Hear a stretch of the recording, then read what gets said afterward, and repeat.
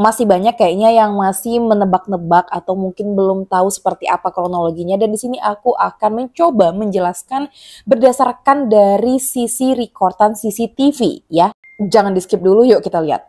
Lift di Bandara Kuala Namu yang ini itu dua sisi, kanan dan kiri atau muka dan belakang. ASDH atau korban ini masuk dari sisi sebelah kanan.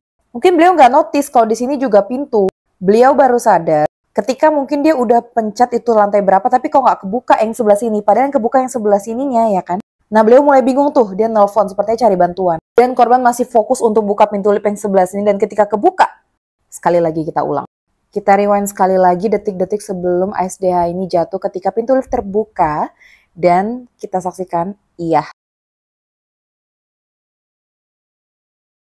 Nah jadi kalau kita lihat secara detail ya, itu antara lantai dan juga pintu lift itu ada space, ada spasi ataupun jarak. Sebenarnya jaraknya sih standar ya, nggak terlalu besar, tapi yang namanya kita kaget, refleks dan kaki udah kepleset, pasti secara otomatis nggak sempat untuk membuat pertahanan tubuh gitu.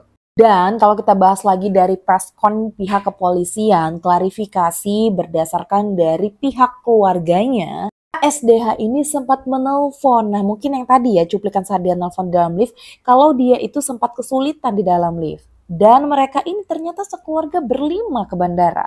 Masih ada yang belum pas nih. Nggak tahu ya, menurut aku nih belum pas. Logika pergi bareng-bareng keluarga, terus dapat info kalau misalnya salah satu dari bagian keluarga ini terjebak di lift atau ada kesulitan seperti itu. Pasti kalau misalnya keluarganya ini nggak balik ya, salah satu anggota keluarga ini nggak balik, pasti bakal dicari nggak sih? Apalagi kan dia udah bilang, aku tadi kejebak atau misalnya aku kenapa ini di lift nih ada masalah gitu. Pasti kalaupun orang itu udah nyari kemana-mana, pasti nyarinya ke lift nggak sih? Pasti bakalan notisnya itu nyarinya ya ke lift gitu loh. Karena banyak komen yang bilang kan, mungkin keluarganya udah nyari tapi nggak ketemu. Jadi mungkin ya udah dibiarin aja, kali aja balik sendiri. Kayak masih nggak bisa kuterima. Nggak tahu ya, karena aku tipe orang yang khawatir, baik itu keluarga atau apa, apalagi pergi berlima ya pulang harus berlima, Syai. Kan udah jelas tuh bilang, kalau misalnya aku nih lagi kesulitan nih di dalam lift, ya cariin di yang berkaitan dengan lift dong misalnya, ya nggak sih? Kalau memang keluarganya itu punya ide atau notice gitulah, ya nggak?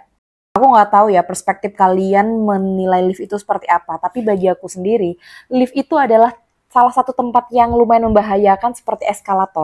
Kalau kita kejebak di dalamnya, nggak ada oksigen, bisa mati.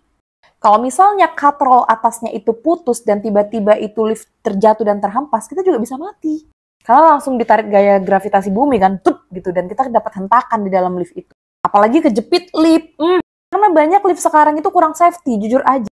Kadang orang masih di tengah-tengah itu sensornya itu langsung nutup.